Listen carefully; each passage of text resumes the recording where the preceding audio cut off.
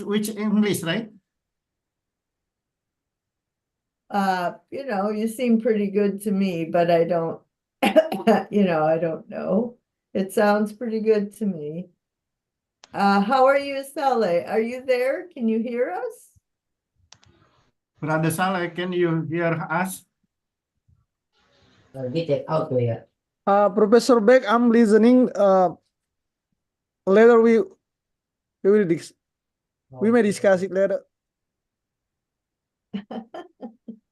Yeah, we may discuss it by email. Okay. Good idea.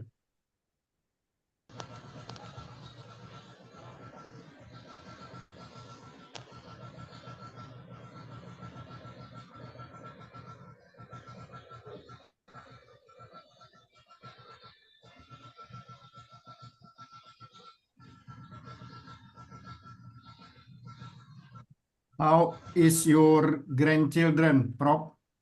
That was really fun. I went there for a week For and week, I need to get back there. It's terrible. yeah. They miss you. I miss them too. Yeah. Yeah, right.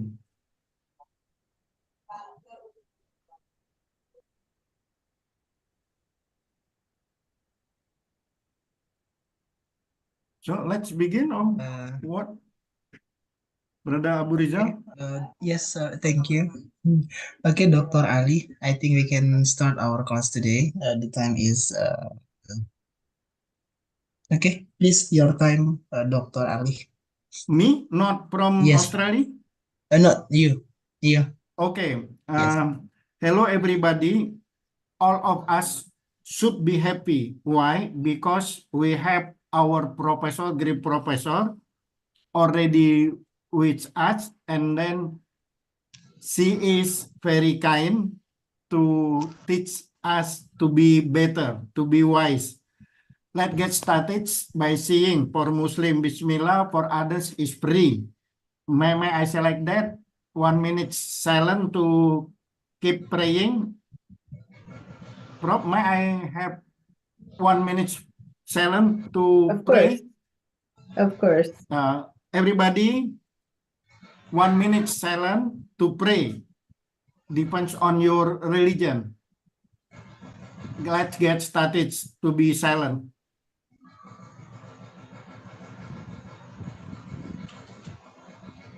Thank you. Our honorable, time is yours, Prof. Okay, so I do want to say that I'm going to be quoting from Dr. Marif today a lot because he is my teacher. So when I read his book, I thought, wow, this is very important and he's educating me. The important thing is that I have opinions about what I think Panchasila should be like and Islam, but I don't like to tell Indonesians about their own culture. So Mr. Marif is the one who said it, and he has more authority than I do. So I'm happy that he thinks a lot like I do. So that is nice. Now, oh yeah, here we go. So in this series of lectures, I've been trying, the main argument is that linking Panchasila to a modern contemporary systems thinking. And we have skipped around because we haven't had a number of lectures about principle number 2, Aristotle's virtues. But I'm going to try to make it a little more organized. And I did talk about number 1, monism, the view of God, and systems thinking today. I talked about Aristotle's humanism. I talked about all his different virtues. And then we applied them in a number of situations. So the students got to get engaged in a conversation. And today I want to talk about principle number 3 and apply it in a number of different ways, but starting with Mr. Marif. Okay, the first day, I did quote from him. Oops, sorry. All right, so his book, Islam, Humanity, and Indonesian Identity. So, first of all, to start out, when I read Pancasila and it said unity in diversity, instantly an American would think of the expression e pluribus unum, or out of many, one, because that was a very foundational idea in our society too. So both of our nations were democracies in places where citizens from many different races, ethnicities, religious traditions, and cultural backgrounds lived, although this is much more true of Indonesia than the US. It's just that the US was trying to bring in immigrants who were much more diverse than in the other nations in Europe. And they wanted to make it a religiously tolerant place. And they also wanted to bring in and let people have whatever culture they brought with them from Europe. So the US is less diverse than Indonesia, but it was more diverse than other countries at the time. In both cases, the government tries to recognize and celebrate local differences.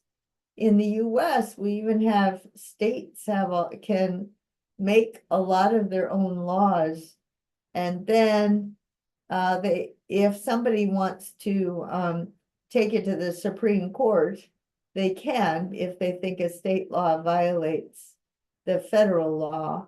I don't think you have that, but that was a legal way to celebrate differences. All right, so Aristotle, this again goes back to Aristotle. He supports this kind of nation. Is the best kind, unity in diversity, especially when it's trying to be based on a democratic political system and culture. So he argued against rulers who focused too much on unity, because he said a political community is not a unity, it's a plurality. So the Greek gods and goddesses represented different types of people, different aspects of a healthy culture. So there was a natural connection between the religious tradition and a democratic and pluralistic social and political culture.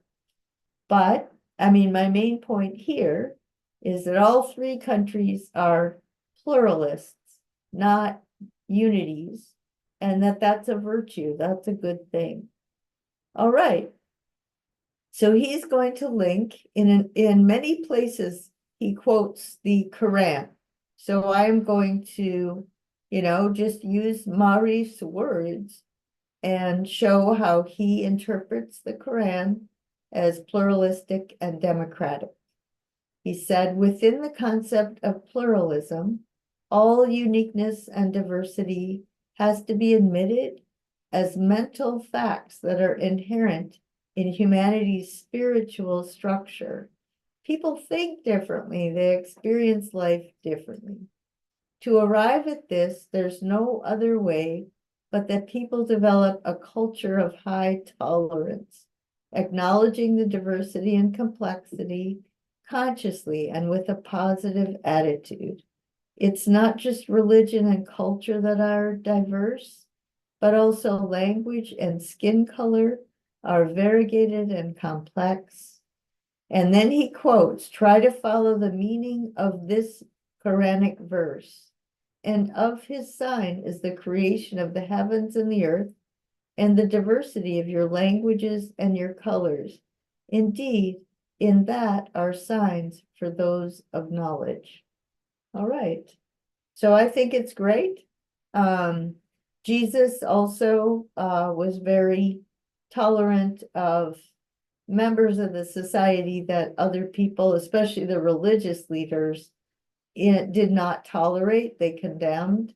Jesus was way more tolerant, pluralistic, and open-minded. Okay, so the next step is he links Islam to women's equality and democracy. Quote, this is quoting from him, before Allah, the position of a woman is equal to that of a man. Both genders have a relationship with Allah without any intermediary. If someone performs good deeds, Allah will not differentiate between a man and a woman in allotting the rewards reserved for them. Verse 97 of the Surah Al-Nahl explains those just rewards. Quote, whoever is righteous, whether male or female, while he or she is a believer, we will surely cause him to live a good life, and we will surely give them their reward in the hereafter according to the best of what they used to do. Right? So what matters is the way you live, is a righteous way of life. So further, in the Quran, if there is any difference between the sexes, it's entirely due to personal achievement, which is open to everyone, not due to a difference in sex. We read this provision in Surah, I don't know how to pronounce it, verse 13. O mankind, indeed, we have created you from male and female and made you people and tribes that you may know one another. Indeed, the most noble of you in the sight of Allah is the most righteous of you. And so what I'm arguing is that when he's using righteous and righteousness, you can connect that to Aristotle's model of humanism and spiritual humanism. Okay, next one. His link between Islam, women's equality, and democracy, the way he lived. So the key here is in all the wisdom traditions, it's really about a way of life. It's not so much about a set of doctrines. So the way Muhammad treated women, to reinforce our arguments for male-female equality, let us link this discussion with Khadija, the employer and later the wife of Muhammad, long before he became a prophet. She was the one who stood at the forefront to defend the prophet because his faith was hard, her faith was hard as steel, and her mind functioned perfectly. She was also older than Muhammad. She was his employer. So, there's a lot of women's equality based in the whole story about his relationship to his first wife. Jesus also treated women as equals. It's Paul later on in the Bible who notoriously told women to worship their husbands like husbands worship God, the church or something. And everybody keeps quoting Paul, but Jesus treated women as equals, That's the one who matters. Okay, Socrates also, his teachers were women, his mother and Diotima. He was very critical of male aggression, war, greed, pride, and all the vices associated with machismo that do so much damage to women. He would have been considered a very gentle man, and the macho guys would have thought he was a wimp. Aristotle was ahead of his time, but he was not egalitarian. He thought that women are not capable of theoretical thinking. And that has been a terrible problem in Western culture because the Catholic Church absorbed that. And so, I think the history of Christianity has been incredibly sexist, partly from using selectively quotes from the Bible and partly from this intellectual tradition where Aristotle was used over and over again to justify what was going on in the culture. But there's nothing in his theory that requires a difference. So Aristotle scholars today, including myself, obviously, I apply the virtues equally. And I think men and women are equally able and responsible to behave those ways. All right. Then Marif explicitly talks about egalitarianism. Islam ideally desires the formation of an egalitarian moral and meritocratic society. That is a social order that gives a respected position to a person based only on personal integrity and quality, as well as his or her commitment to the noble, just, and civilized values of humanism. Islam strongly emphasized the fostering of a strong and whole human character, and never more than in a leader. Okay, this is straight out of Aristotle, right? I don't think he is aware of it, but when I read it, yeah, this is statecraft, according to Aristotle. A person of weak character occupying an honor and strategic position will bring about disaster. All right, so this really fits with Aristotle as opposed to the modern Western model of individual human rights. Our founders, the US founders, actually they talked about rights in their Declaration of Independence, but they really emphasized virtues, and Confucius and Aristotle, and the importance of educating citizens in the virtues and developing the habits related to Aristotle's virtues. This also fits with systems thinking. It's becoming more and more obvious all the time that we need rulers with moral character. We have too many corrupt leaders who abuse their power, or smart people who use their intelligence to get rich by corrupting the emotions and political opinions of the masses that they want to manipulate. Okay, so next point, he links Islam as a way of life with democracy. Like Aristotle and all the wisdom traditions, the wise person has a way of life. So these traditions are not about what you believe, they are about how you live. Your character is revealed, your character strengths and weaknesses are demonstrated through your way of life in all the decisions that you make. Somebody's got, drawing. Anyway, so Marif quotes from an Egyptian scholar: anywhere in the world, democracy in practice demands 3 or 4 complementary conditions: a sense of responsibility, broad-minded tolerance, a fair-minded willingness to accept defeat, and refusal to let one's awareness become rigid. As Václav Havel said, the spiritual energy to change human consciousness is part of true democracy. So she's referring to Aristotle's virtues of courage, the ability to think like a citizen, living for the sake of the common good, adapting to change by choosing the middle ground in every situation, and truthfulness.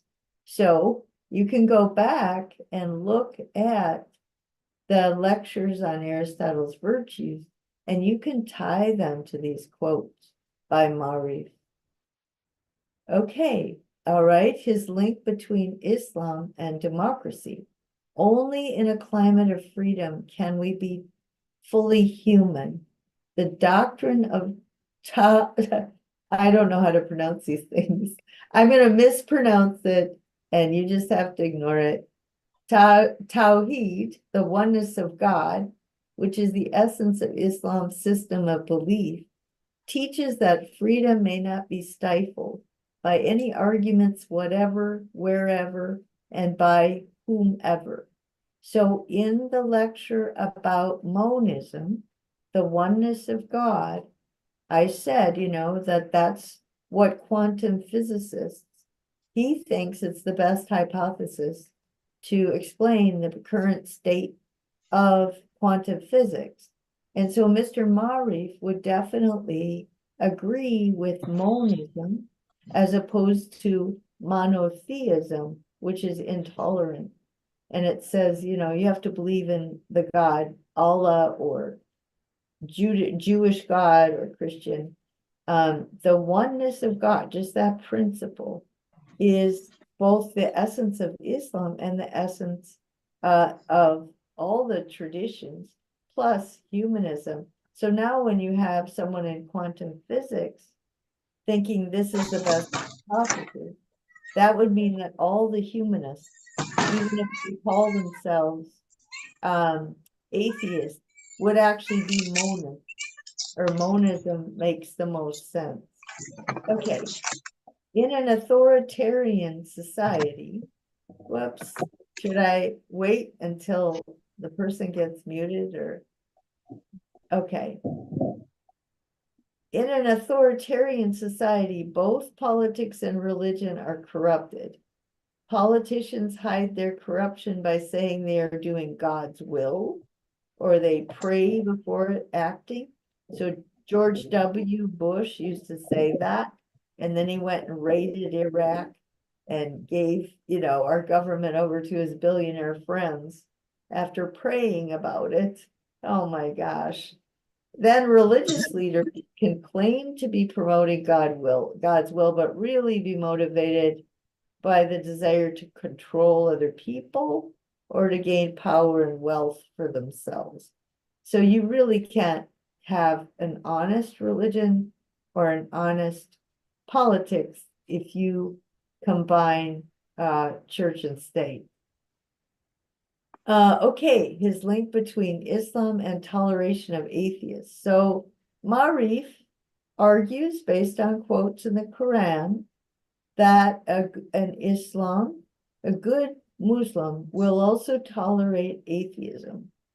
The Quran teaches that not only must people acknowledge the diversity of religions embraced by the human community, but even those without religion must have a place to carry on with their life on earth. On these issues, the Quran is more tolerant than the majority of Muslims who make atheism their enemy. So, quote, from my understanding of several verses of the Quran, there's no strong argument for compelling such people to have religion. In verse 256, there shall be Gandhi, somebody, Icha, okay. Somebody has their microphone. All right.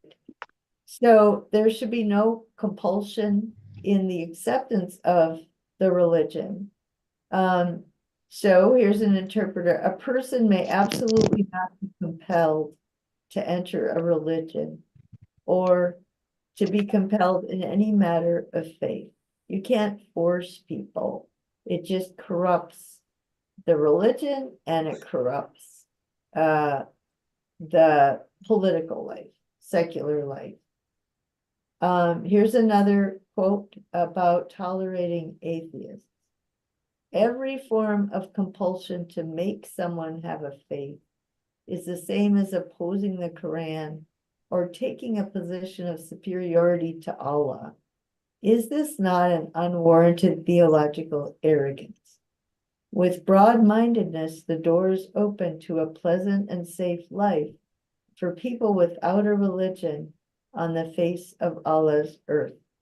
This means that in life here on earth, someone may choose the wrong path and not be shunned, as long as this person is willing to maintain the pillars of harmony on social life.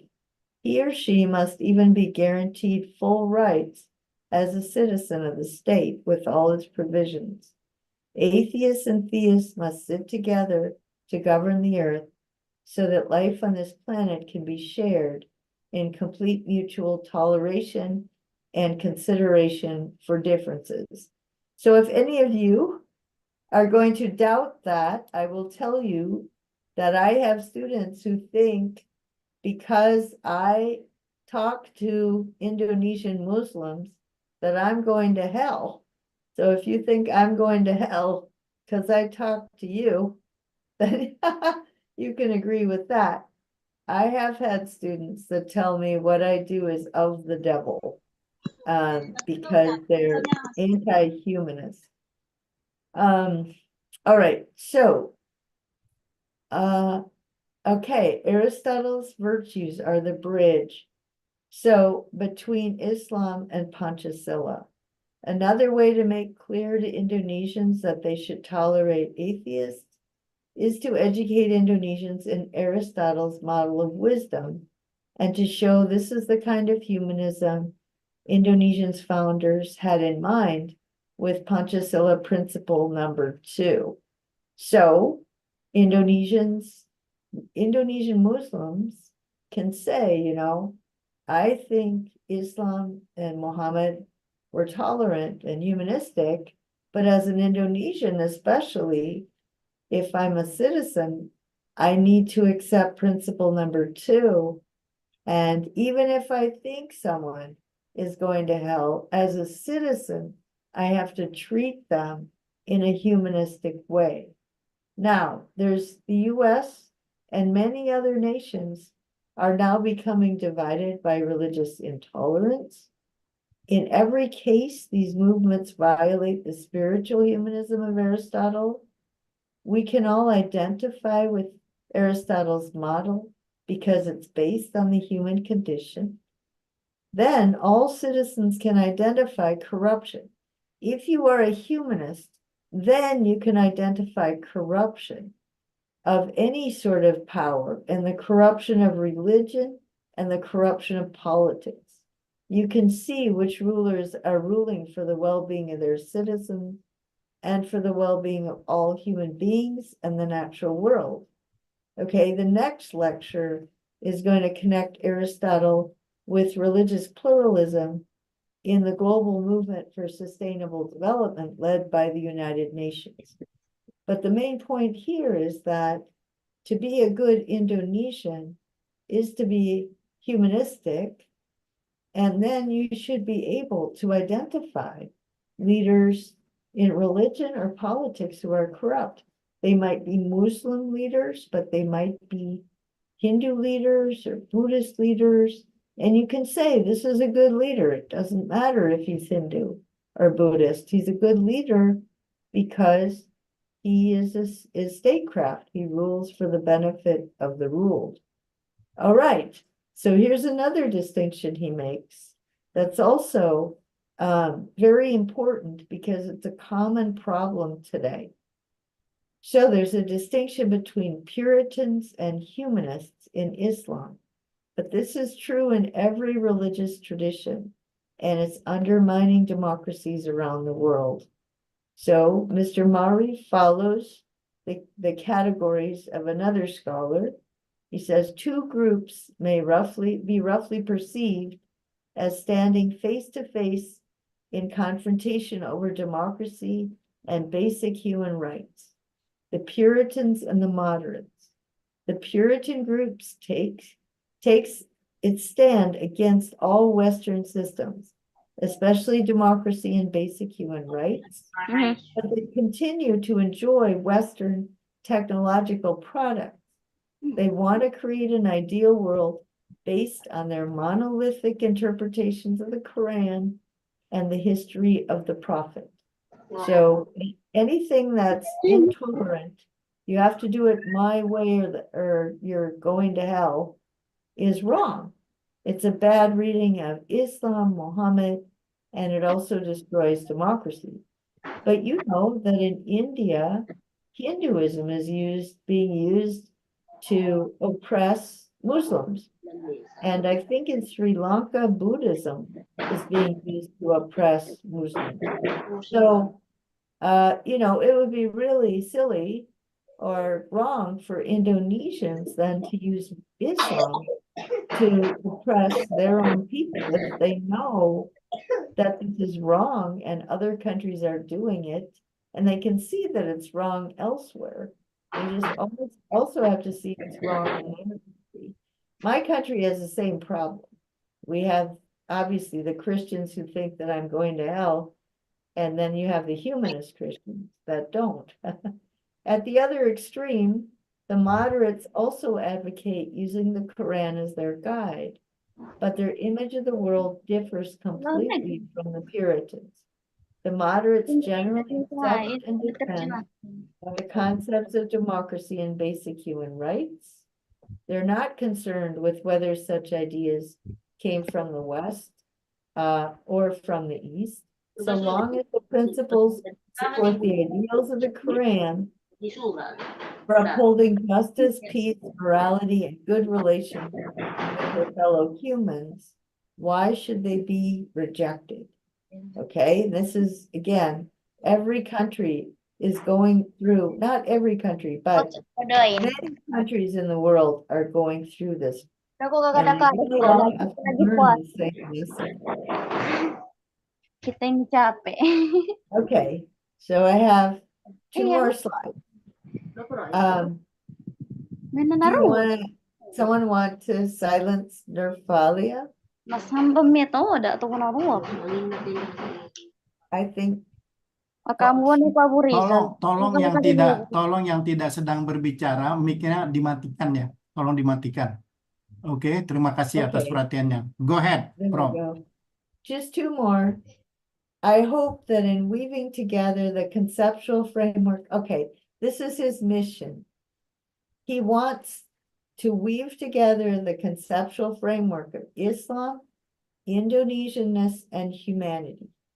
This nation would be prepared to organize and reread its past in the interest of the present and of the future in an honest, responsible, and profoundly loving way. And he says, again, it's him, none of the 5 principles of Panchasila, if understood properly, need to be questioned from the angle of Islamic theology. The Islam that must be offered is an Islam that is prepared to walk hand in hand with the values of Indonesianness and the values of civilized humanity. So this series of lectures starts with Panchasila because this is Indonesia's foundation and because I can show how integrated it is with Aristotle and ancient Greek humanism and democracy. So I hope that I can be of service to Indonesians as they work this out, but also especially to Indonesian Muslims. So I can maybe tell them things they didn't know that reinforce their goal, their project, what they want to do. And so another issue here is that, I mean, there are many countries where this would be helpful, I think, but Europeans need to study and recognize that Islam is fundamentally a humanist tradition. Muslims in Europe need to be educated this way so that they will embrace the humanism of Europe. The Europeans, of course, are mostly secular humanists because the history of Europe had this terrible religious wars. And so they didn't want anything to do with religion in the political sphere because of all the horrible animosity, all the deaths, all the destruction. So but they need to reject their historical tradition, that it also assumes no connection between religion and science, and it assumes religion is backward and ignorant. And so we need to move forward thinking in system thinking, which includes religious traditions based on humanism. So my goal is to work with Indonesians to affirm this point of view by linking it to Aristotle and Greek civilization and then more broadly to systems thinking. So together we can spread the worldview and promote Indonesian culture within Indonesia and elsewhere. Okay, that's it. Thank you very much. Prof, sorry Prof, I should say in bahasa ya, in order Yes, students to please understand do. ya. Yes. Brothers and sisters, Alhamdulillah, Alhamdulillah, thanks God ya, Alhamdulillah. Prof, to be honest, do not worry, you will be with us in heaven, not in hell. No. I have some ideas about that. Teman-teman, brothers and sisters, ada beberapa hal yang saya ingin sampaikan sebagai kesimpulan yang sederhana, tapi kesimpulannya tidak kesimpulan final ya. Ada beberapa yang perlu Anda sendiri untuk mempertanyakan di dalam diskusi ini. Pertama, the rule of Pancasila, peran Pancasila yang disampaikan oleh Profesor Ahmad Syafi'i Ma'arif. Ini sangat penting ya. Which one? Profesor Ahmad Syafi'i Ma'arif, our great teacher ya, Alhamdulillah. Sebelum kita membahas kepada inti pelajarannya, penyampaiannya, ada beberapa hal yang perlu kita dapat perhatian. Pertama, tentang Nabi Muhammad Sallallahu Alaihi Wasallam. Kedua, Yesus. Yesus dan Nabi Muhammad itu sama-sama misinya. Yesus dalam Islam itu Nabi. Yesus in Islam is prophet. So Yesus and Muhammad can work together. No difference. Yesus, Muhammad, and then Aristoteles, Siti Khadijah, Socrates. By the way, Prof, do you know about Nurholis Majid? Prof, Nurholis Majid. Syafi'i Ma'arif's close friend. Okay, we can talk later ya. And then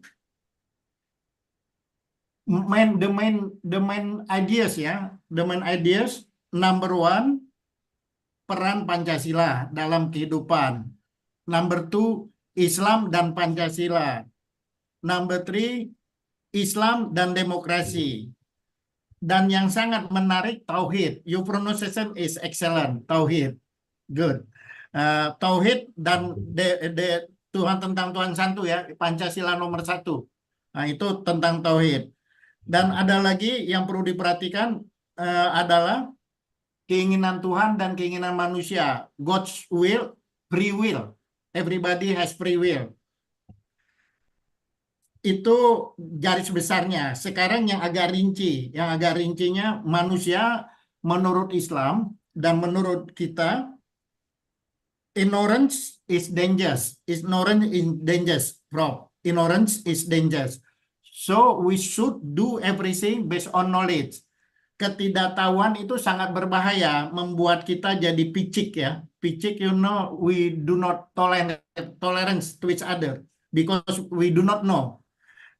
Di dalam Islam ada beberapa hal yang perlu dapat perhatian. Tadi ada honest person.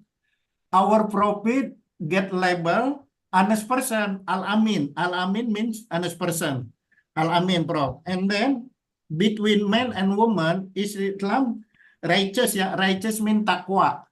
Takwa, jadi Islam, di dalam Islam perempuan dan laki-laki equal. Man and woman are equal. The difference how to be takwa, it depends on you. Itu tentang takwa ya, jadi sangat penting. Terus di dalam Islam menuntut ilmu itu sama, laki-laki dan perempuan equal. Tolabul ilmi faridotun ala kulli muslimin wal muslimah. Seeking knowledge is an obligation for every Muslim. Every Muslim means man and woman.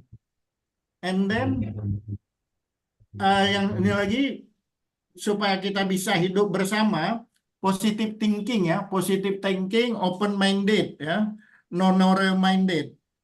And then korupsi di mana-mana ini tidak baik ya. Korupsi ini adalah perbuatan jahat, bad deed ya.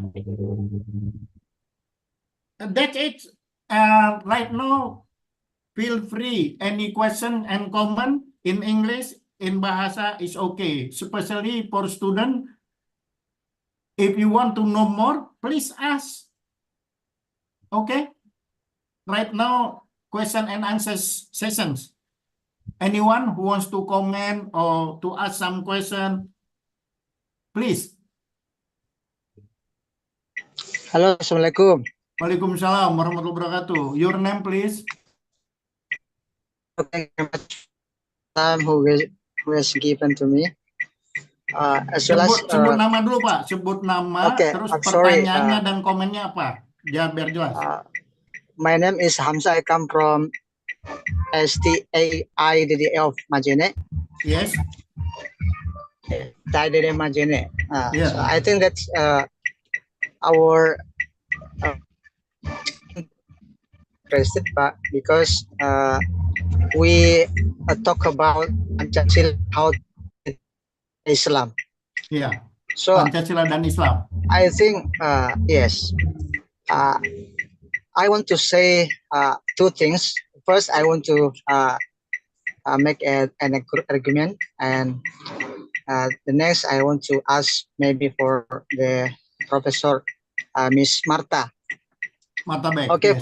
for the first, I would like to Islam and Pancasila is two things that are very related. For the first pillar of Pancasila, it's about how to relate to the God. Yeah, it's mean that our life is only for the God, and our life we do, it's come from the God. It is a Tauhid. Yes. So the Tauhid will light for our humanity. Let me to say in Indonesia, we have to kita harus memancarkan sifat-sifat atau sifat-sifat keilahian. Bagaimana dalam Al-Quran itu ayat pertama Bismillahirrahmanirrahim itu Allah itu maha penyayang dan yang memiliki kepenyayangan itu yang full, who blessing us and merciful. It's mean that they have, how to say, sifat Allah itu that's saya bisa bantu nanti, saya bantu. Saya bantu nanti, we have to make our life. Although for the Muslim, Christian, or other religion, as a human, we have to do for all human or our world. Jadi kita harus memperlakukan itu ke semua orang. See for the religion, what is the city, but saya udah dapat ini, Pak Hamzah, saya udah Yes. dapat menangkap poinnya. Sekarang pertanyaannya apa? Itu tadi baru komentarnya. Sebentar lagi. Yes, Pertanyaannya. my question is, what is Miss Marta? Pertanyaan bahasa Indonesianya apa? What's Pertanyaannya the apa? In bahasa? what's the Miss Marta opinion about Pancasila as ideology from Indonesia? Oke, udah ya, satu cukup ya, buat yang lain lagi Yes, ya. Sebentar. Okay, thank you. Tentang ideologi Pancasila ya. Yes, thank you very much. Don't mention it. Just a minute. I write it down. Your question ya. Prof Marta. Yeah.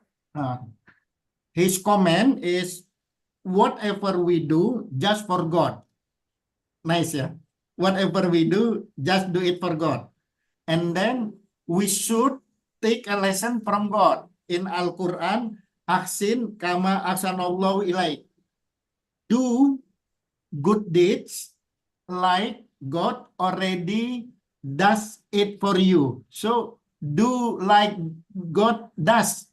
That's nice. That is comment. And then his question, what is your opinion about Pancasila ideology? That's it. Can you answer right now or later? Sure, Right now, well, yeah? Pancasila, so just, you have to pretend this is a class of students who were raised with Hinduism, right? Yeah. Well, they would say, do everything for Brahma, or do everything to create positive karma in the world, right? And avoid negative karma. So it's just, to me, different words for the same thing. It's the same way of life. It's just that you get taught, you associate it. Okay, so for example, if you're Jewish, you're supposed to do everything for God, but you think about the stories from the Old Testament. You think about Moses, you know, and Joshua and all these people that you know, maybe Hindus have never heard of. So they don't associate it with that. They have their own association. And then I grew up with Jesus.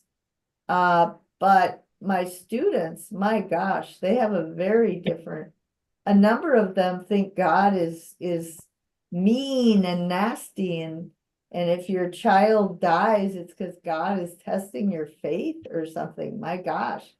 I mean, they just have incredibly different ideas. Some of those are from the Bible. You know, there is a quote in the Old Testament, I will take revenge, you know, 7 times for 7 generations. But then Jesus says, you're supposed to forgive everybody 7 times, 70 times. So you just have to realize that in your development as a child, when people said God, or they said you should do everything, every one of us developed a different idea as children based on what we were told, but the people around us, how they lived. So my students that are really messed up, okay, had parents.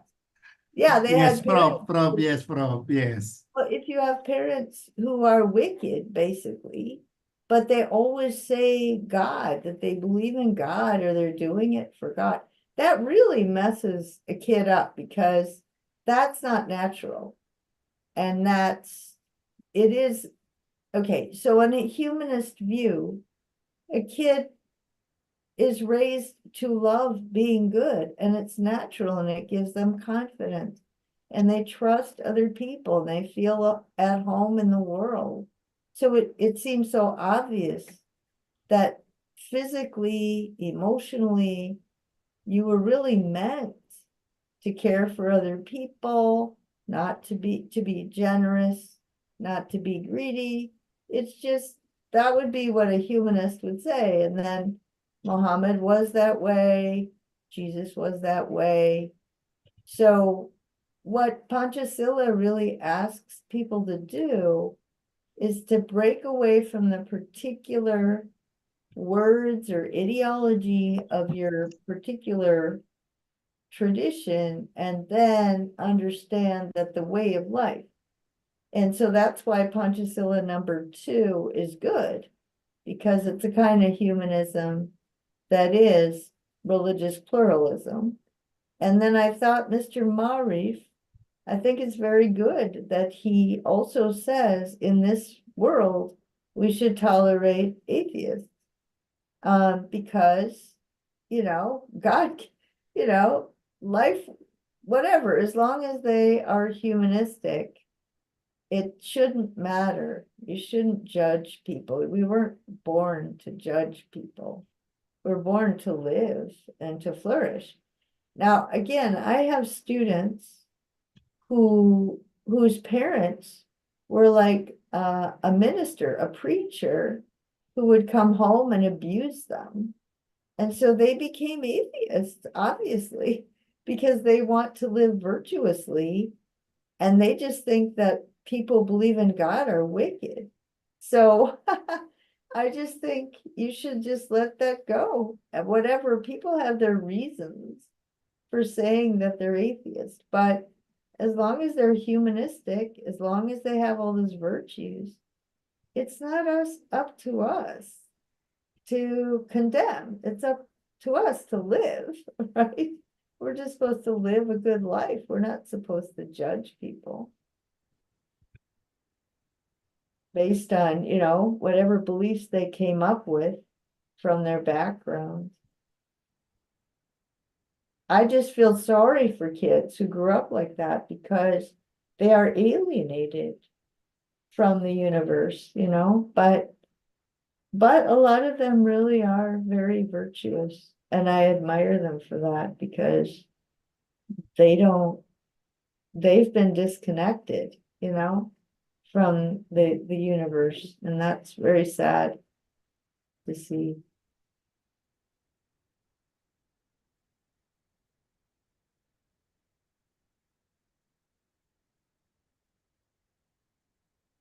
Sometimes I see parents really yelling at their kids in a very violent way. And I just think that's so awful because the child remembers their parents loving them. The kid just depended on them to love them so much. And then when these people that love them just turn on them and yell at them or hit them, what are they supposed to think, right? That nobody is virtuous, that nobody loves anybody, that you can't trust anybody.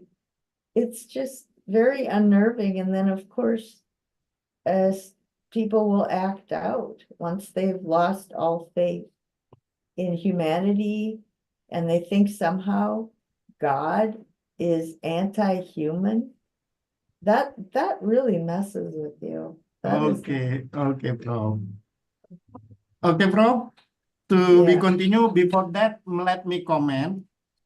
Prof, someone talks about his ideas depends on two things. Number one, background. And then number two, his or her knowledge. Maybe your students should keep reading a lot, like Brother Saleh Mude. Saleh Mude is open-minded, right? He talks something based on knowledge. Maybe your students, I do not want to blame anyone because his background, his knowledge, yeah. So do not worry. In Islam, Prof, our great Prof, al-muslimu man saliman nas min lisani wa yahdi wa qalbi. That's from Muhammad. In English, Muslim should keep his tongue, his mind, and everything to hate anybody. We should be kind to others, like Jesus. Buddhists are the same. But for the person, you should see the difference between Islam and Muslim. Muslim, you should study Islam with Brother Saleh. Yeah, Saleh is okay, but sometimes others not like that. Sorry, yeah, Prof. That's good, Prof. Don't worry, Prof. Islam is good for everything. Islam and Pancasila is okay. Okay, comment, brother. Who wants to comment to ask some question, Ghazali and others?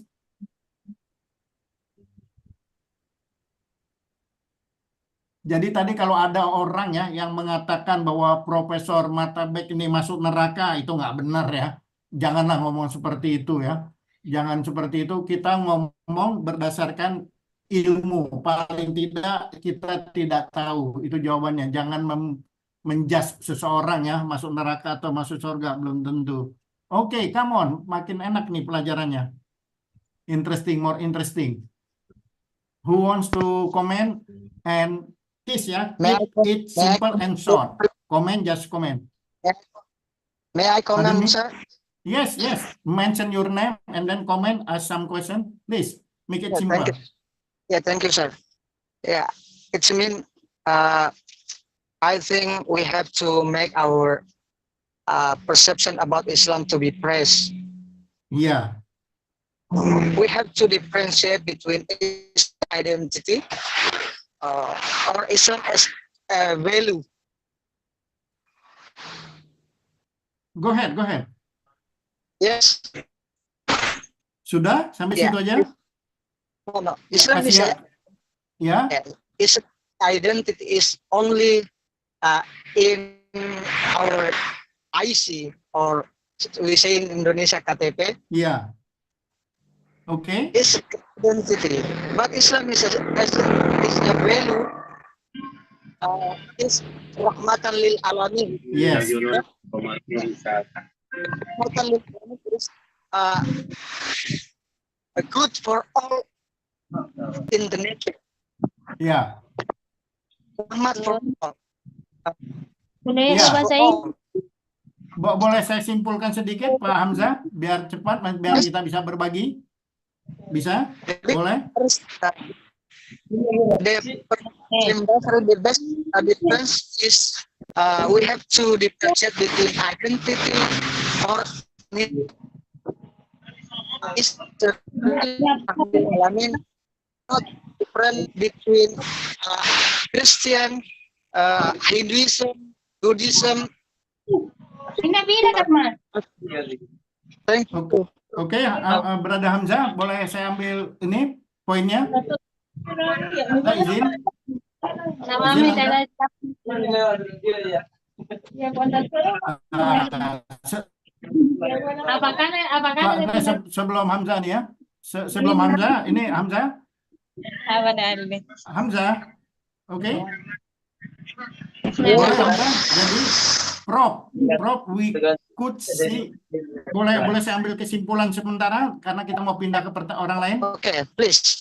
Ya, kita harus membedakan Islam dan Muslim ya, Muslim KTP tadi. Yeah. Tolong mic-nya dimatikan yang tidak berbicara ya.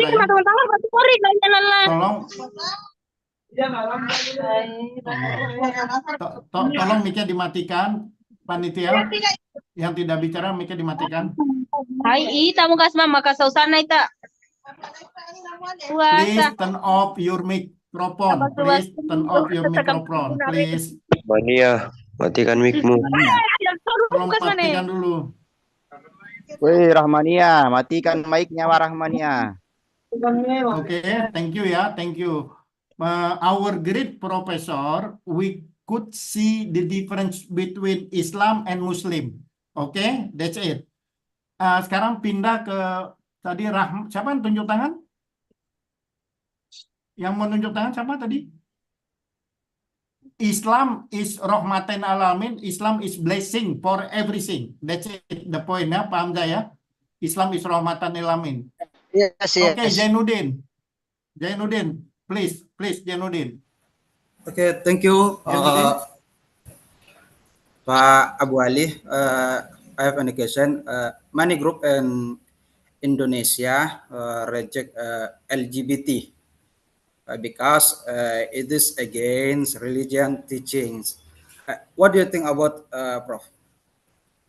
Yeah, Well, Prof, I the know question that is I know the reason why it's a yes, big Prof, deal. please. Okay. The reason why it's a big deal in the world is Pardon me, because Prof? of some evil political leaders in the US. Okay? Because they started Yeah. this. Not They use religion it ya. as a tool. They want us to be authoritarian imperialistic society. Okay? Cheney, Mr. Rumsfeld, Mr. Rove, followed all of this because the Republican Party did not used to be anti-LGBTQ, okay? It thought it was, keep the government out of my life. And Laura Bush, actually, this is important because what happened, it all has this political motive, and everybody in the rest of the world is letting them destroy their own democracies because of this politically motivated move. Okay. So Okay. so the idea is that this is where it's true that the ancient texts do not know the science, right? So some of those ancient texts are, well, first of all, how do you know Muhammad or anybody even knew there were people like that, right? And the second thing is that they didn't know the science. Well, and the third point is that Hindus actually have a third sex. So they understood it a long time ago. So Hindus accept that. And if you go to places in Jakarta, I mean, there are places where people are allowed to, you know, be sort of act like they're homosexuals. But so in Indonesia, because there is a tradition, Hinduism, that doesn't discriminate, then Panchasila should not discriminate. And there's nothing in humanism. There's, okay, if you can prove that homosexuals are wicked, right? They're not wicked. They're not sexual predators. They're perfectly capable of long-term committed sexual relationships. They're perfectly capable of going to work, paying their taxes, doing everything else that a citizen does. And you should not discriminate against them as a citizen. Now, if Islam explicitly says that, I don't know, but they didn't know the science. It's just that there probably are things, well, there are things in the Old Testament that are just plain old wrong. And there are Protestant, Catholic, there are texts that are just false because they're based on ignorance. So you just have, to me, there is no reason to discriminate, just like Mr. Marif says you don't discriminate against atheists as long as they live virtuously. You don't discriminate against those people as long as they live virtuously. Now, in your mosque, you might say, well, we're not atheists and we're not LGBTQ. I mean, in the US, you can say all sorts of horrible things in a church. You can refuse to let them join your church. I don't know why religion, you know, to use religion to despise somebody, to me, is just wrong. Like, leave it to God, okay? This is for God to decide. My job as a human being is to care about other people. My job as a citizen. If God wants to judge, fine. It's not my place in the world. Yeah. That's Wise person, I yeah. don't understand that. And Professor but is wise if you person. did, I mean, if you could prove that these people really are predators, they just, you know, they're really wicked, but they're not. They're Yeah. just not. And so they're perfectly capable of being human. And that's all that should matter. Otherwise, you're playing God, you know. That's what Mr. Marif says about if you're sexist.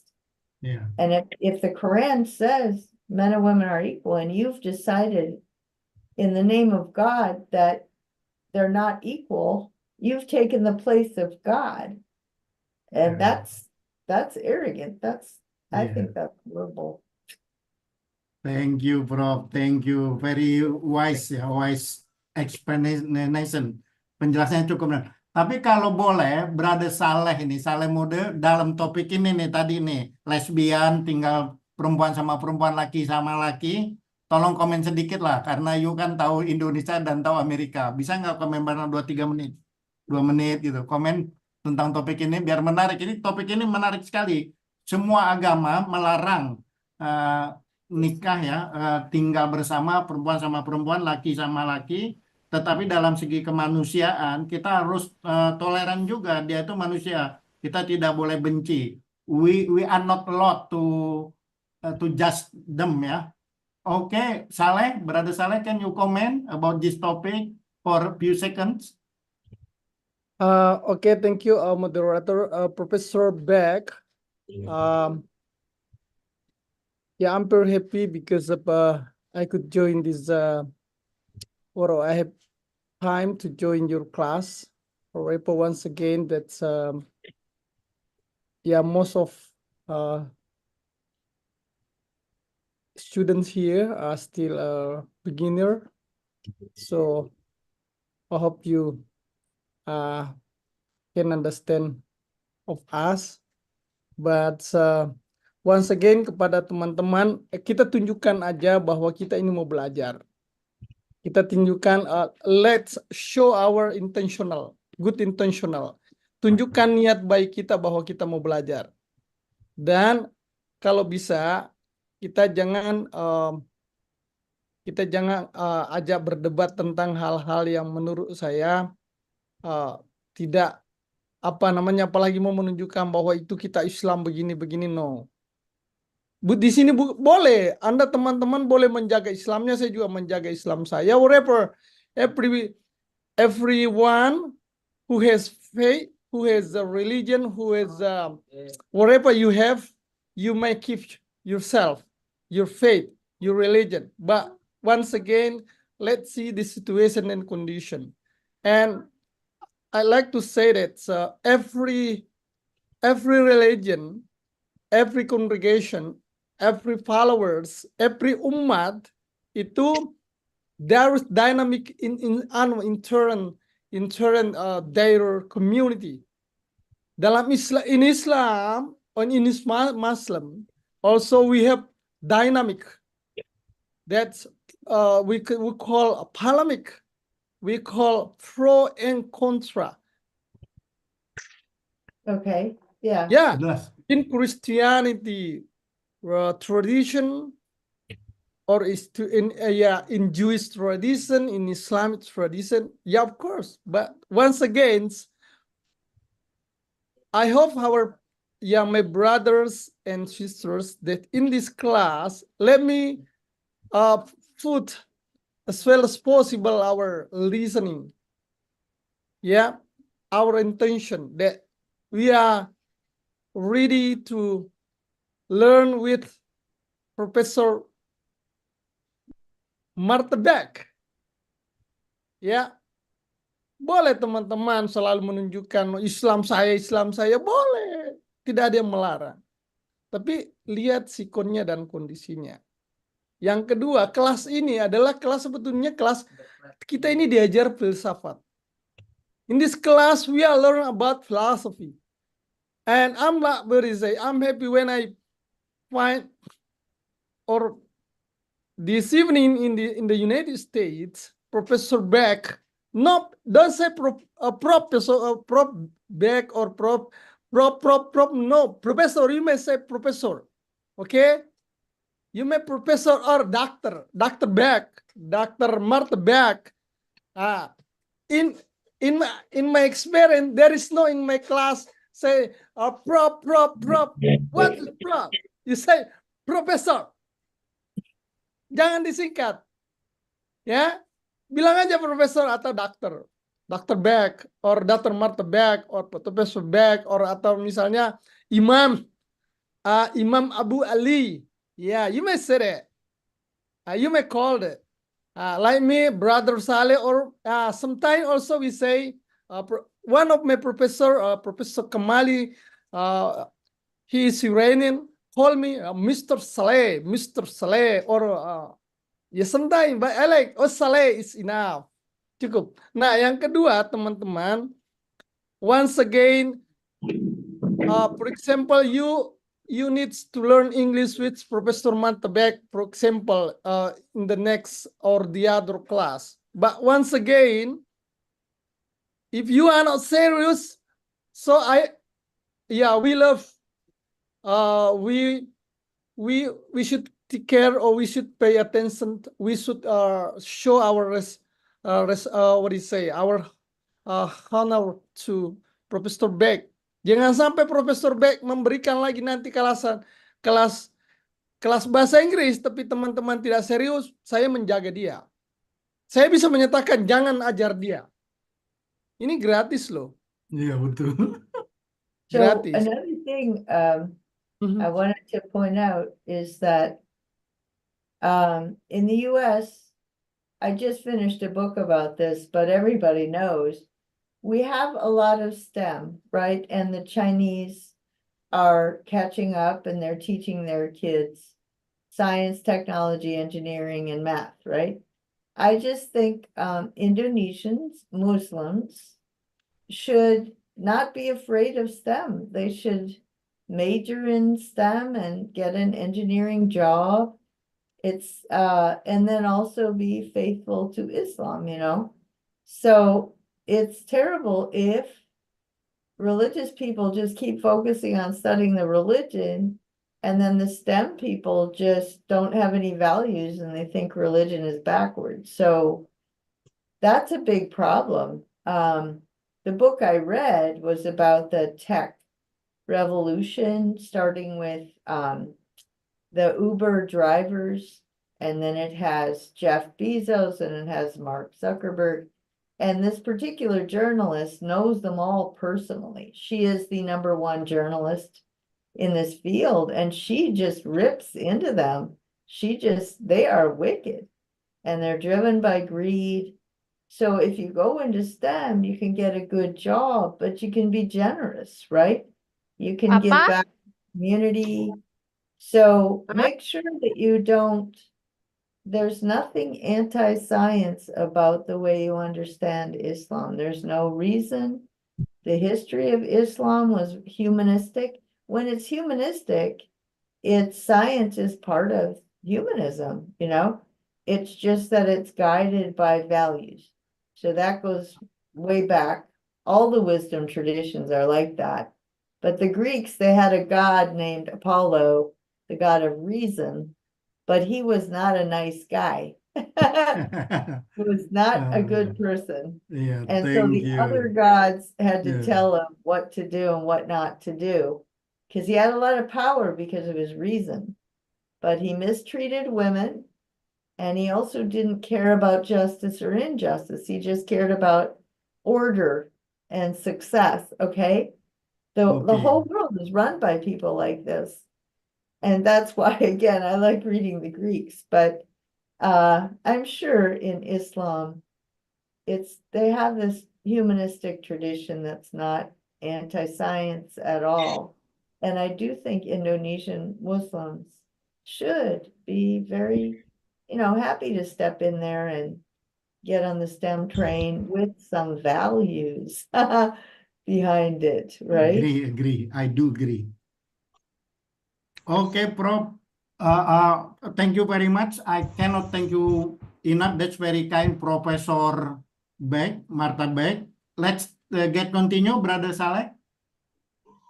Question, Yeah, still once question. again, that's Yes. I hope all of the students pay attention well. Yeah, show yourself that you are serious to learn with us, with Professor Beck. Then, yeah, of course, once again, that's why should we push you all? That's because of this is class. It's excellent in. I think we are lucky because of Professor Beck is ready to teach us without payment. This is no charge. This is gratis class. So only one thing we need that show yourself that you are serious. You say you have a high passion to learn with us. Then yeah, of course, Professor Beck is a philosophical professor. Of course, every participant is free or has an opportunity to ask whatever you want. But once again, it's much better you ask the relevant topic. Jadi teman-teman tentu bebas bertanya, tidak dibatasi. Yang penting Anda serius, Anda betul mau mengerti. Yang kedua, topik yang kita bahas itu relevan dengan pertanyaan teman-teman. Bisa juga di post di chatting room. Your question you may post there, then you post in bahasa, dan moderator will translate into English. So don't worry about kalau ada yang apa namanya. Terus yang terakhir sekali lagi nanti kita evaluasi kalau memang teman-teman nanti betul mau belajar bahasa ya mungkin saya akan bicarakan dengan lewat email Profesor Beck dan sekali lagi kelas nanti bahasa Inggris itu yang betul-betul serius yang kita ambil dan betul-betul interaktif. So once again, that's another class is English class, also online English online class. If we agree, yeah, of course, I hope the participants, every participants who will join is the serious ones, yeah. Serious ones, then of course we will be interactive at the class. Then we will discuss many many aspects about especially how to express our experience, how to express our identity. Of course, once again, that's as long as yeah relevant with what topic we are. I mean, what topic is going at that time. Jadi sekali lagi kita berusaha menyelesaikan dan teman-teman tidak dibatasi untuk mengungkapkan isi hati, pikiran dan for example, if you wanna know American culture or American American perspective, of course you may say, "Oh, Professor Marta, would you like to explain to us, for example, how Americans or yeah, how American view about LGBT, for example." Oh, of course, Professor Martabe will explain that. Yeah, because of here there are two political parties, Democratic Party, Republican Party. So yeah, what their opinion about that, or who is the representative to talk about that? So Professor Marta will explain in it. So, Okay. or from a religious perspective, dari perspektif agama, teman-teman mau nanya, boleh. Oke. Tapi sekali lagi kita tidak menyatakan bahwa wah, menurut Islam itu tidak boleh, belum tentu. In Islam also terjadi dynamic, terjadi polemic. I Yes. did Okay. want to say, okay, I am not going to be able to be here next week. So do you want me to make a video, or do you want me just to make a PowerPoint, or both? Both. Yeah, because Professor Matt Beck cannot teach us next week. He has she has another program. So of course, once again, that's because we have a WhatsApp group. We will discuss there. Okay. Yeah, what program or what alternative program for us next week? So Okay. I just send you the PowerPoint, and then Yes. you can discuss it. May I continue? Let's continue. Our honorable Professor Matabek, we are serious. I promise you, we have a great commitment to study with you. Okay, Brother Saleh, our honorable Brother Saleh, we have a commitment to study philosophy and English. Let's continue. Let's ask you a question. Is it okay? Still have time? Sure. Move, okay? You should be happy, right? Be happy. Okay. Here's another Okay, question. everybody is happy, yeah? Okay, who are sister Sahria Yusuf, please, time is yours. Yes.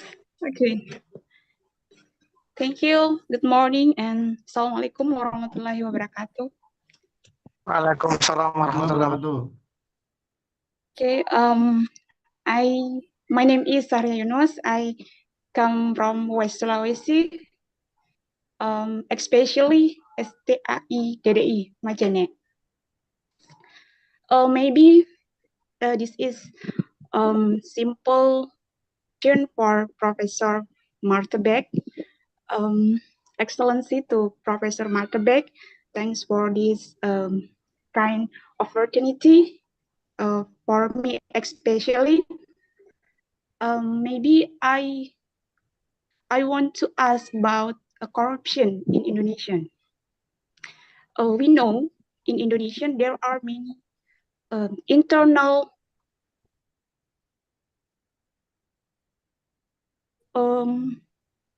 official. They are do corruption. They are corruption, but we know in Indonesia is almost in Indonesian is almost is Indonesia are Muslim. But if we see in other country, there is no Muslim, but they don't do the corruption. Now, I want to know what the Professor Marta Beck think about the corruption in Indonesia.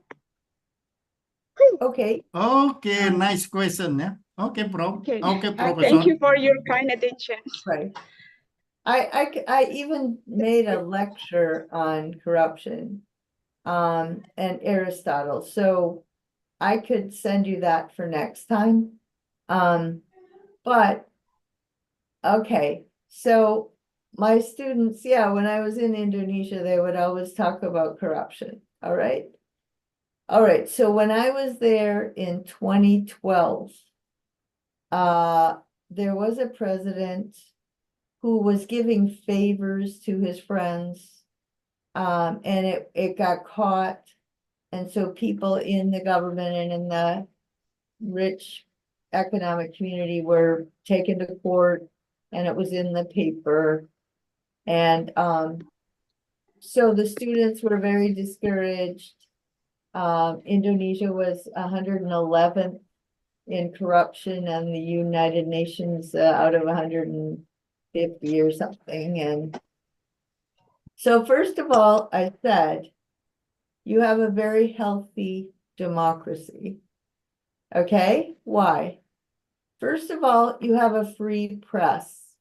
Okay. Second of all, the people who wrote the articles were not afraid that they would get in jail or killed for writing about the corruption, right? That's number two. Number three, you have good laws because it's actually against the law, right? I mean, I'm telling you, in the US, rich people bribe rich people, but it's not illegal, okay? The stuff in my country that's horrible, the concentration of billionaires, they have controlled the legal system, so it isn't even illegal. So it's not called corruption, right? It's, oh my gosh. Anyway, that's a whole nother thing. So you have good laws. You have a judicial system where when someone's accused, they can take it to court. All right. So these leaders are in a courtroom. They have a right to have a lawyer and a trial, right, by jury or judge. And then the people on the other side, the lawyers who are accusing them, are not getting killed or threatened by doing that, right? So that's a good thing. That's 6 things. And then they even got found guilty, my God. So the judge isn't bribed or the jury isn't bribed. And then they got, either they had to pay a fine or go to jail or something. But that's 7 whole things that show that you have a good functioning democracy. And any of those things can fall apart. So that's number 1. Number 2 is that I can't stand it. This is true in Indonesia, it's true in the US. The students say they're all corrupt. This is not true. There are politicians who are really trying to expose corruption, to stand up to greed. The one in Minnesota, I mean, I guess I grew up in a state that's really not corrupt. It has a reputation. And now I live in this state in Arkansas, and oh my God, it's so corrupt. that, I mean, just in the newspaper, the headlines, out of 10 headlines, 5 of them were about corrupt officials. It's so bad. But anyway, there are some, and if you just say they're all bad, then the people who win elections are the ones that have the most awful rhetoric, right? The Right. ones who manipulate people the most with fear or fantasies. So you must find out who's the most corrupt, which political party has a whole history of being corrupt, or, I mean, but you have to stand back. You have to look at a history behind this. You have to look at the people. What is their personal history? What is their expertise? How did they get elected? You have to get the information and then figure out who's better, because even if they're only a little bit better, if you keep voting for the ones that are better, then other better people will run and you'll elect them, right? But if you say they're all bad, well, then they just get worse and worse. Does that make sense? Makes sense, makes sense, makes sense, makes sense. Nice. And you Comprehensive shouldn't think understanding. it's- Makes sense, You Professor. shouldn't think it's only in Indonesia. Yeah. Look at India, Modi, Yeah. you know? I mean, what you should notice is Mr. Modi is corrupt, and he's using religion in this corrupt way that is against Muslims. So you shouldn't be too discouraged that they're all corrupt and they're all Muslim. And these other places, they're not so corrupt. This is not true. Yeah. It's sometimes it's used against Muslims.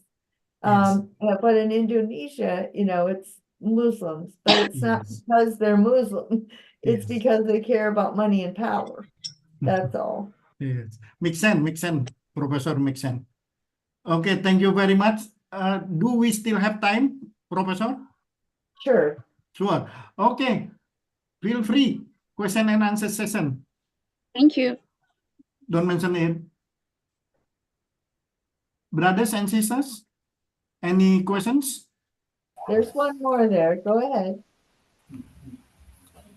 Gozali, Janudin, you want to ask Janudin, again? right? Mau komen lagi? Yes. Oke, Yes, yes. bikin sederhana ya, bikin sederhana. Any questions, sir? Yes.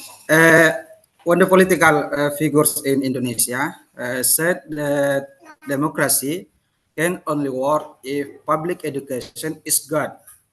What does the professor think about this statement? Thank Oh, you, yeah, thank you, Prof. education. Professor, thank you. No, education is key, and the US, the founders and the leaders in the United States, they really prioritized education, because when the United States was first founded, that very few people could read. I mean, it was a very backward place. But what happened was, in Virginia, Thomas Jefferson was given a bunch of money from the 1812 war. Anyway, and he had to choose between founding a major university and assuming that the graduates would go out to the frontier and educate people, or just sending the money out to the frontier and hoping, you know, say this is for education and just hope. Okay. What happened was he built the university, but there was the corruption in the sense that these people just stayed out in the Northeast and became lawyers and doctors and business people, and they didn't go out into the frontier. And so then, so then in New York State, for example, the state figured out that if you want to flourish, it was an industrial era, just like in your time, it's technological. So you needed to educate people. So they started taxing their citizens and started a serious public education. And they got 50 years ahead of the South. And the American South is so far behind the North in education. So it is really, really important. And it's difficult, but because you have those pesantren, the kids are living there at boarding, you could really get serious about education if, in those pesantren, because in the US, everybody drives away and their lives are all dissipated and they have 3 jobs. You can't get a kid to sit down and study. But especially for learning English, that's what my presentation was. They're right there and they can get into small groups. They can do a lot of it online. I think it's an ideal situation for learning English, learning a language. Thank you, Professor. Great answer. Okay, others? Ghazali? Okay, thank you, Professor Marta Beck and Abu Ali, brothers Abu Ali, brother Saleh Mude, and all of my friends here. First, I want to thank to Professor Marta Beck, who gives us lectures, long lectures, and very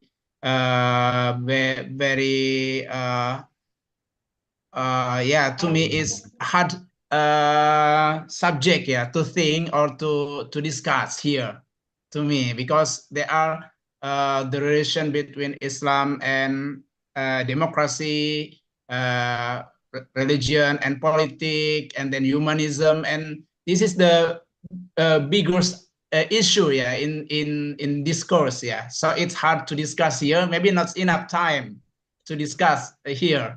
But I want to suggest all of my friends here to please to open camera, while our professor giving lectures, except your camera is broken, it's okay, but if you have a camera, please open your camera, because we are here still studying, we are learning, we are learn how to respect others here, we are a student, we try to expect others here, to respect the speaker, to respect our friends, to respect, it is education, here education, we are educated people, we're not common people, but we are here educated people, so we have to appreciate others, please open your camera while our professor giving lectures or giving lesson, thank you. This just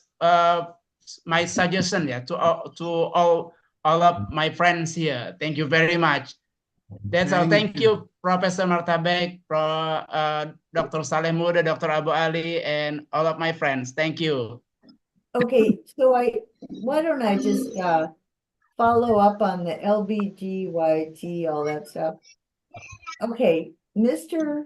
Cheney, the person who formulated this whole rhetorical campaign to use anti-LGBTQ people to win an election in 2004.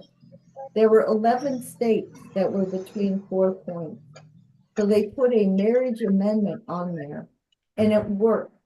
Mr. Cheney has a gay daughter that he's very close to, and he loves very much. So this was just manipulation. It was all about power, and it was very cynical.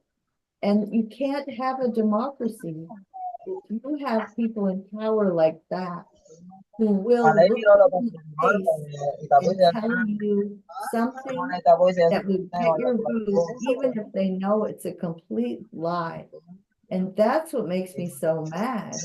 But then, when all over the world this is happening, and underneath all that LGBTQ anti stuff, these people are corrupt, and they're stealing the people's money, and they're hobnobbing with their billionaires, and they're ignoring the poor. I mean, they do it all over the world, and we started it.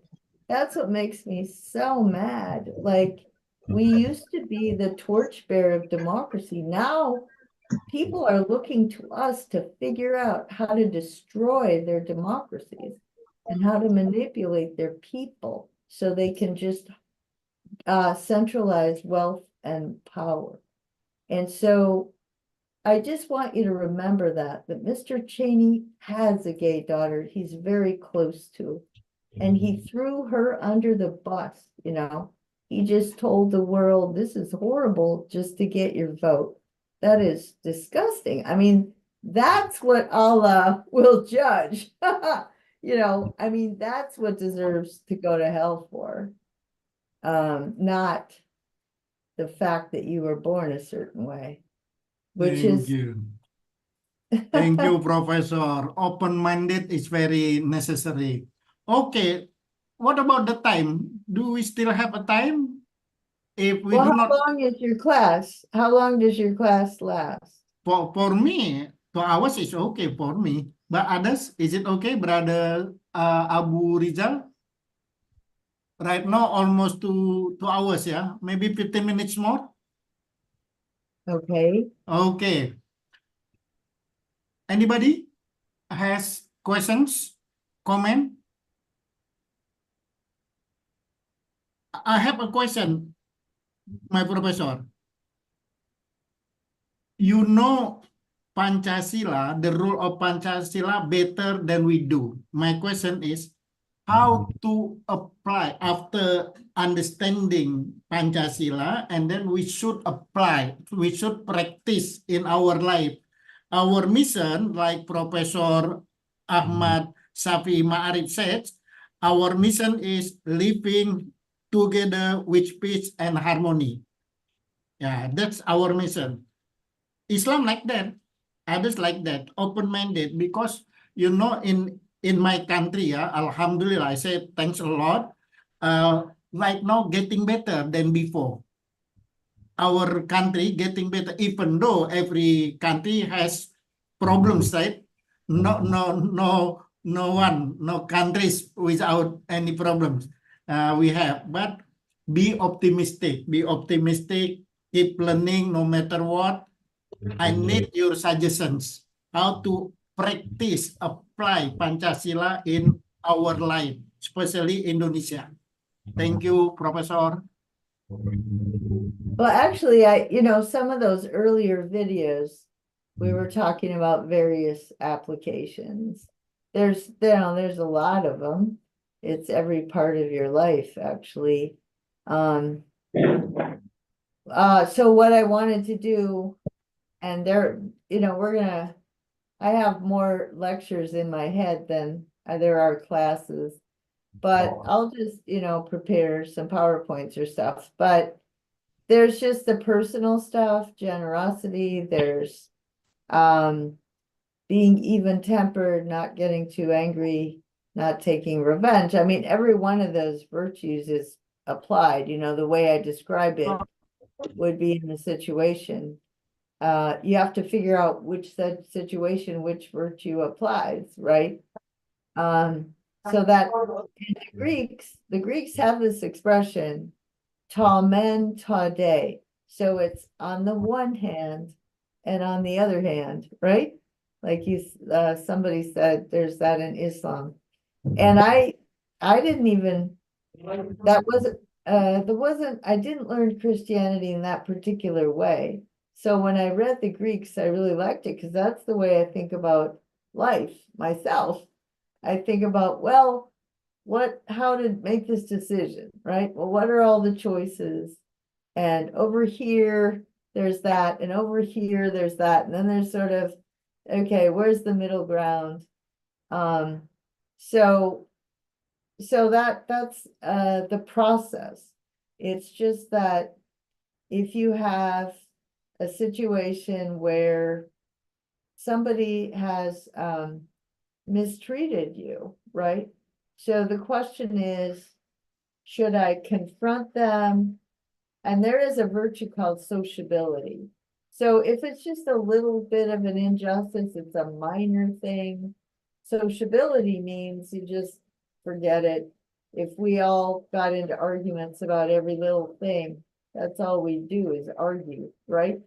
But Right. there's other times where somebody does something wrong and you think, I have to speak to them because they have to know they're accountable for this. But you have to make sure you get angry for the right reason, in the right way, to the right person, at the right time, right? And then, you let it go. But so if you don't get angry when you should get angry, you hold a grudge, right? And then it might come back much later that you just blow up because you put up with something when you should have addressed it. On the other hand, you can get angry too soon, and then people just argue all day. So, so it's, the thing about Aristotle's virtues is it depends on the situation. It's all situational, and yet it's not relative. You can, in certain societies, in Greece, people are yelling at each other a lot more than, I'm Scandinavian. Scandinavians tend to be pretty repressed, and they tend to underreact. But the Greeks, they're all over it. It's just, there are these cultural differences, but still, there are really inappropriate people who get too angry all the time, or people who really just don't get angry when they should, because then other people walk all over them and hardly even know they're doing it unless you tell them. Just stuff like that. It's Yeah. just day-to-day life. It's what your mother should have told you when you were growing up. Yeah. Thank you very much, Professor. Jesus says, nobody is clean, right? Innocent. Everybody has. That's Right. Jesus. And then Muslim says, Prophet Muhammad says, La takdob walakal jannah. Don't be angry. Heaven will be yours. Nice. Yeah. Nice. Very nice. Right. Okay. Brother Abu Rizal Akbar, before we end, we need a Ghazali. final statement from Brother Saleh, from you, or Brother Here we have Abu a Rizal. question. Ghazali has a question. Raise hand. Who? May I have a question? Is still a time? Yes. Maybe I have one Yes. question. Okay. Maybe the simple answer. Okay. From your point of view, Professor Martabek, is the democracy concept of democracy coming from Aristotle applied in Europe or in the other country? As far as you know, it is real democracy that Aristotle won, or Aristotle concept, or different? I Because think it's modern. I think it's modern humanism. That's why I said in that last slide, now that there are a lot of Muslims in Europe, they should really, really emphasize the Aristotelian humanism and point out that that's consistent with Islam. That's why, Indonesians, if they would just get educated about Pancasila, they could go to Europe and, really enlighten. First of all, what's going on in Europe? Are the Muslims there intolerant, and are the native Europeans who were there before intolerant? How are they putting up with each other? But I think Pancasila would be a very good blueprint for why they should all get along and be faithful to their own tradition. But in Europe, the reason why it became so secular was that there were all these wars, religious wars. And then in the modern era, it was science versus religion.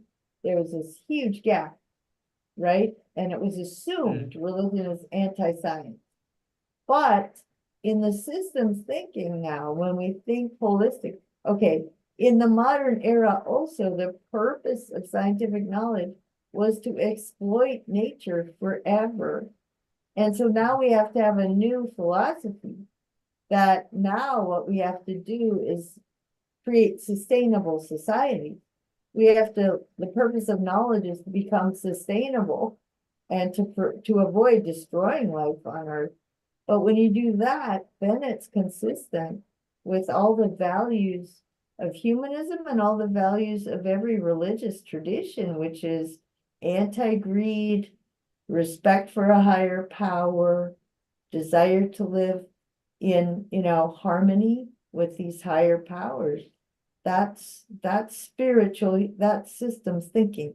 So, I mean, it's a great question. I don't know what's going on in Europe, but I know that probably there's all these misunderstandings, and they're really not necessary. So it would be nice if Indonesians would really get educated about, and then go to Europe and try to, spread some of that, so that it's not just about Pancasila, it's about religious pluralism, humanitarianism, unity and diversity, wisdom through deliberation, talking to each other, and then the social contract where the government owes people education and healthcare, and then they have to give back, right? The university community engagement.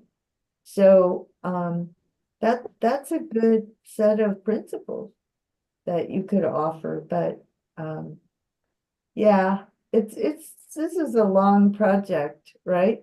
This is decades. It just Yeah. takes time. But all I have to offer is just to say there's a lot there. It's a very good set of principles for anywhere. Yeah. Yeah. Nice, very nice. Takes time, yeah, to be Well, wise each people. one of us has to decide what we can do, right? Yeah, right. So some of the students decide I'm going to be in STEM and also have the values of Pancasila. Yeah. That's great. I'm terrible at STEM subjects. Thank That you wouldn't very be much. something I could do. Thank you very much, Prof, Professor. Professor Beck, because I had read in one book, Socrates didn't like democracy because he being in jail because of democracy. No, that's a really bad reading of Plato. Okay. Okay, the scholars read Plato like fundamentalists read the Bible, there's fundamentalists. They take everything literally, and it's not literal. It's a wisdom text. All the wisdom texts tell you it appears to be this way, but it's not this way, right? Reality is not physical, it's spiritual. And the scholars read it literally. How could Socrates be against democracy? He's a stone cutter, right?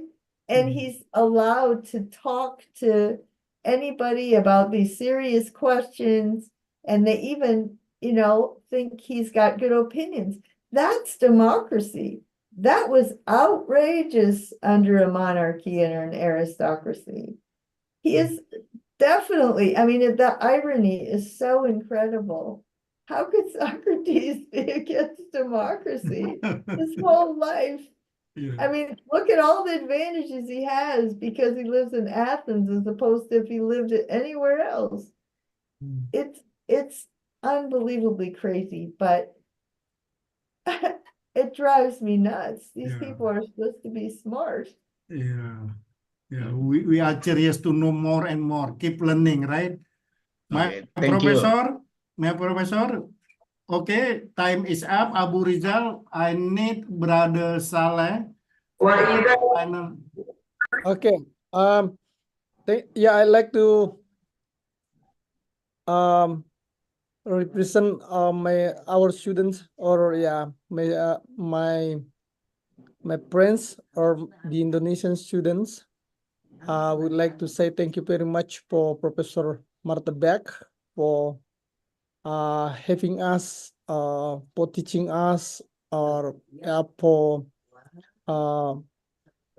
your time. Then of course, however, if I could offer one hope or one suggestion. However, this class is philosophy, but of course, in my mind, that's if you don't mind, would you like to teach us, especially the positive American culture? So, yeah, while living here almost 2 years, of course, once again, that's every time I'm looking for the American positive culture.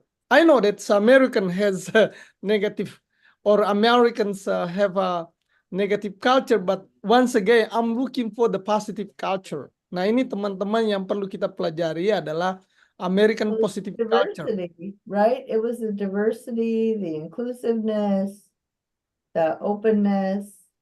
It's, yeah, no, there, I like living in Yeah. America, but we're losing it. That's the problem. Yeah. So that's, but there's no reason why Indonesia wouldn't be like that. It should be like that. Yeah. For example, Professor Beck is using time is every student should be on time, especially in this class. I imagine that. So be on time because of I know that my brothers, my sister are on time when we say when we break our fasting. Everybody here, of course, when he is Muslim or she is Muslim, when say it's now time for breaking up our fasting, directly having or touching food, touching, yeah. But once again, when you say that now, or our lesson will be coming in 10 minutes, but oh my gosh. So, yeah, but once again, that's we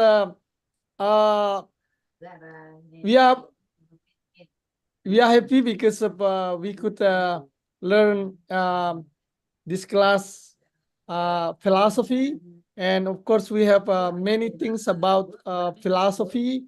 So, and next week Professor Beck doesn't have time, so yeah, the committee will discuss in our WhatsApp group who will be representative or who will be alternative. Should I send a PowerPoint? Yeah, you may, of course. I'll send one about corruption. PowerPoint and video, Professor. PowerPoint and video, if you don't mind. Yeah. A PowerPoint, what? PowerPoint and your speech. Okay. Well, I'll send both. Did it work last time? Did the video work?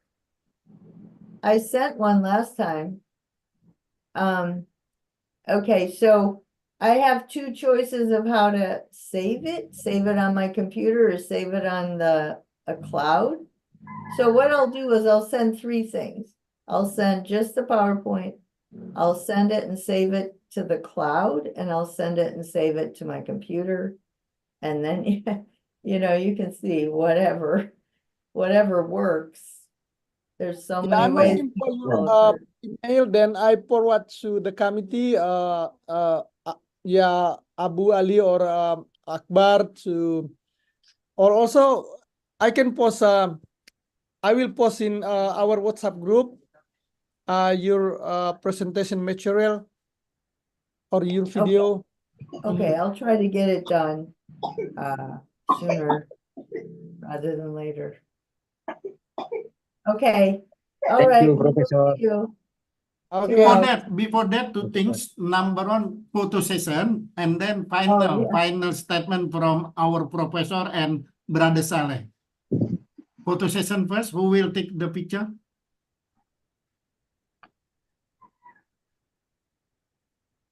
Be happy.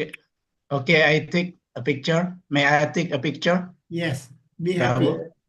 Okay. Please open the camera. Your camera will take a picture. Okay. I count 1, 2, 3.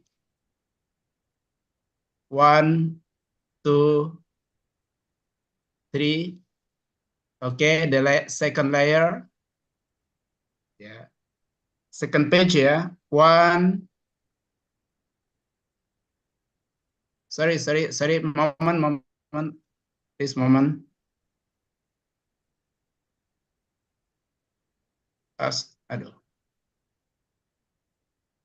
Okay, 1, 2, 3.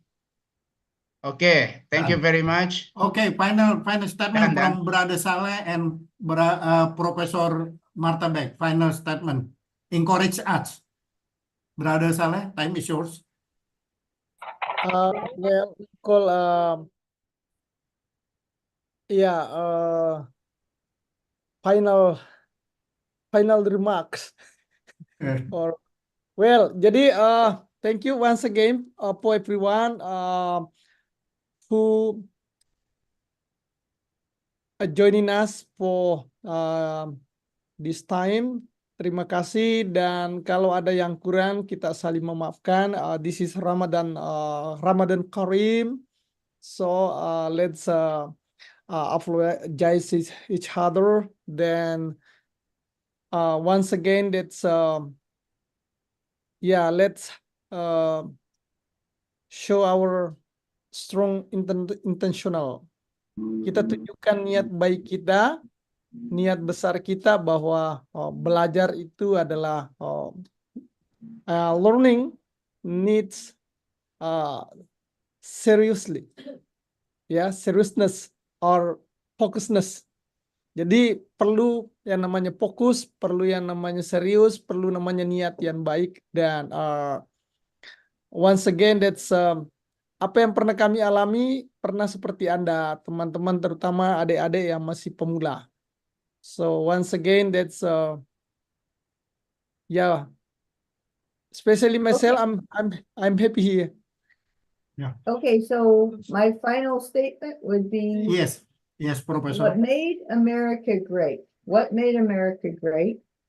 Religious pluralism, spiritual humanism, unity and diversity, wisdom through deliberation, and a social contract.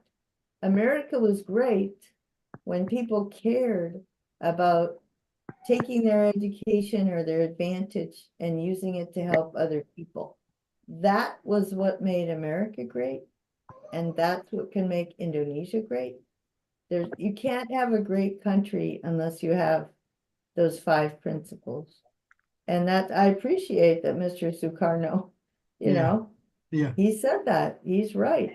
Yeah, And we're all in the same boat on that. Indonesia has a lot to offer on that. Okay, that's it. Okay, thank So you Beck, very much. Professor Beck, one thing also I remind you again, that's please look for the article about Professor Notonegoro. Could you spell it in the chat or something? Notonegoro. I'll text you. Yeah, Okay. actually already I have emailed you. That's one of the Pancasila promoter in Indonesia is Professor Notonegoro. Okay. So not Where only for is he? yeah. Where does he teach or whatever? Lecturer. He is lecturer. Where? UI, Indonesia University. Oh, at your university. Okay. Yes. Okay, because Gugun also teaches there, so yeah. Okay. Okay, I thank should you go very now much. to Thank you, everybody. Thank you very much. Okay, see you. Thank you. Prof. Abu Ali, Bye. Prof. Professor Beck. Solih. Yeah. Thank you. Thank you.